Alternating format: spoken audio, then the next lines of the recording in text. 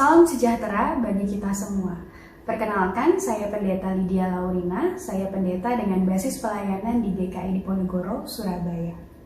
Bapak Ibu Saudara, kita berjumpa kembali dalam Sapaan Gembala, dan kali ini kita akan merenungkan satu tema tentang berjuang bersama dengan Tuhan. Oleh karenanya, mari kita membaca firman Tuhan dari 2 Tesalonika pasal 3 ayat 3 sampai yang ke-10.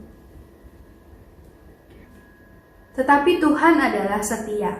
Ia akan menguatkan hatimu dan memelihara kamu terhadap yang jahat. Dan kami percaya dalam Tuhan bahwa apa yang kami pesankan kepadamu, kamu lakukan dan akan kamu lakukan. Kiranya Tuhan menunjukkan hatimu kepada kasih Allah dan kepada ketabahan Kristus. Tetapi kami berpesan kepadamu, saudara-saudara, dalam nama Tuhan Yesus Kristus, supaya kamu menjauhkan diri dari setiap saudara yang tidak melakukan pekerjaannya dan yang tidak menurut ajaran yang telah kamu terima dari kami. Sebab kamu sendiri tahu bagaimana kamu harus mengikuti teladan kami, karena kami tidak lalai bekerja di antara kamu, dan tidak makan roti orang dengan percuma. Tetapi kami berusaha dan berjerih payah siang malam, supaya jangan menjadi beban bagi siapapun di antara kamu. Bukan karena kami tidak berhak untuk itu, melainkan karena kami mau menjadikan diri kami teladan bagi kamu supaya kamu ikuti. Sebab juga waktu kami berada di antara kamu, kami memberi peringatan ini kepada kamu. Jika seorang tidak mau bekerja, janganlah ia makan. Bapak Ibu Saudara, perikop ini mengingatkan saya pada apa yang dialami oleh salah seorang teman.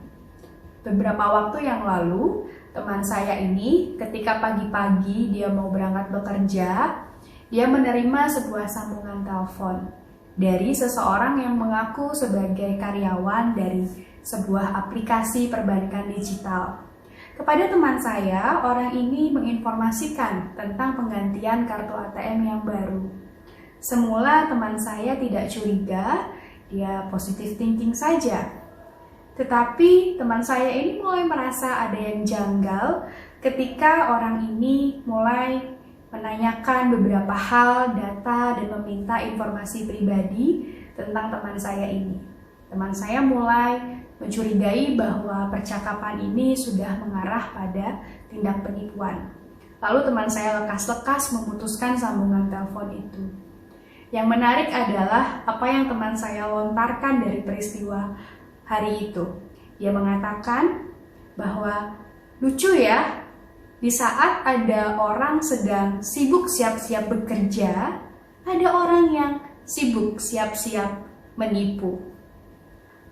Bapak Ibu Saudara, adalah hal yang wajar kalau seseorang ingin memperoleh hasil dalam hidupnya.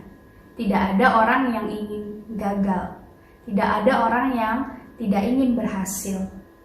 Yang membedakan adalah bagaimana usahanya dalam mewujudkan itu. Kalau kita ingin bertumbuh dan berkembang, perlu usaha.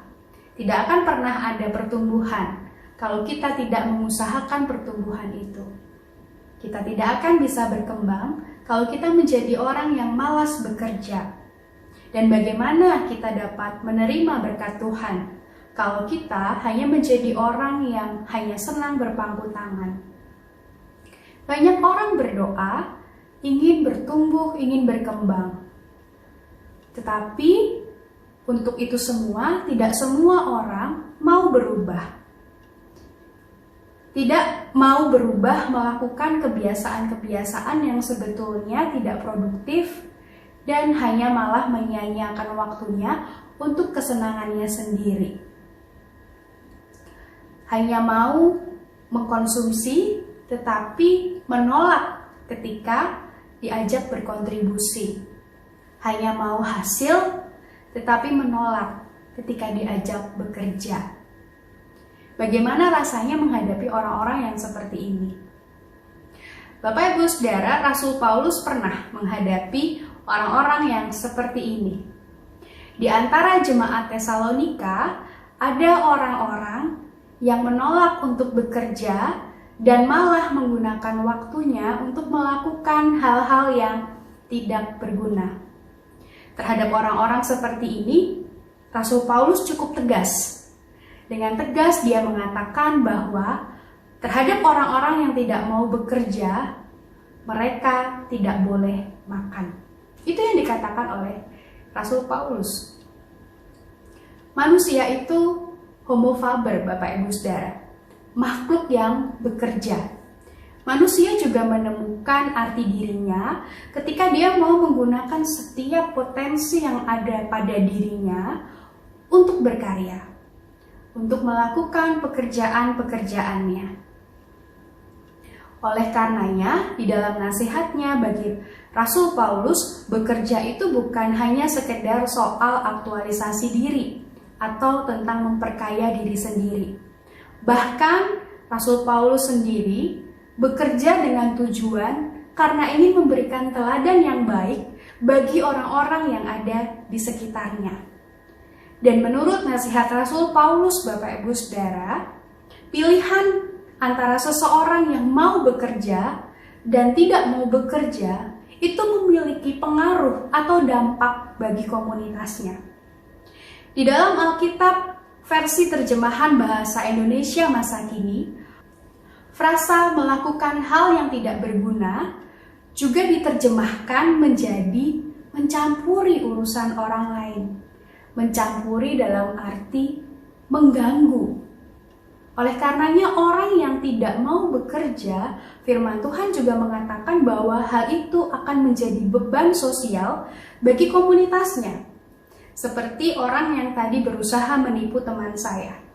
Atau orang yang hanya mau sibuk mencampuri, mengomentari kehidupan orang lain. Padahal waktu yang kita punya dan potensi yang ada dalam diri kita bisa kita pergunakan untuk bekerja dan memberikan sumbangsih yang baik bagi komunitas kita. Daripada kita habiskan untuk hal-hal yang tidak berguna, mencampuri urusan orang lain, mengomentari hidup orang lain, lebih baik kita menggunakan waktu dan potensi kita untuk mengubah dunia ini dengan bekerja sebaik-baiknya.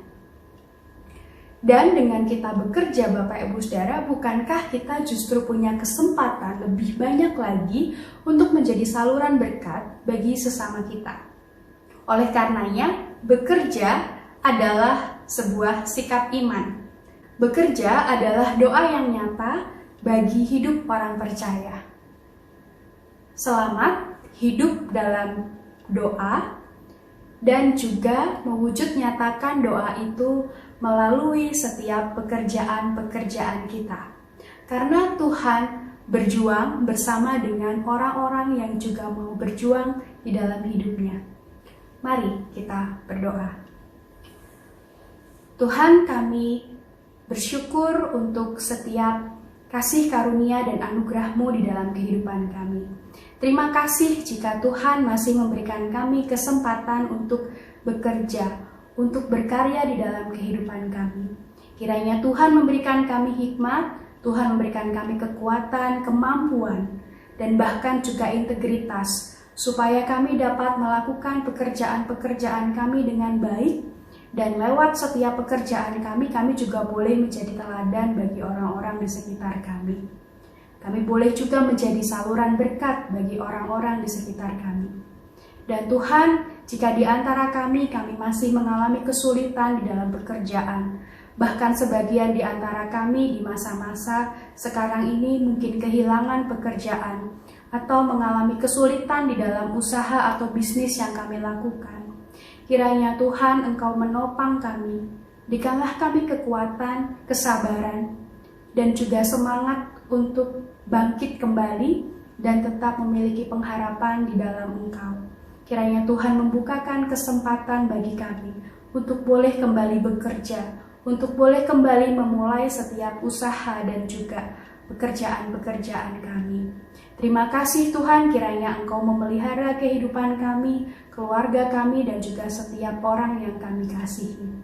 Terima kasih, hanya di dalam nama Tuhan Yesus kami berdoa. Amin.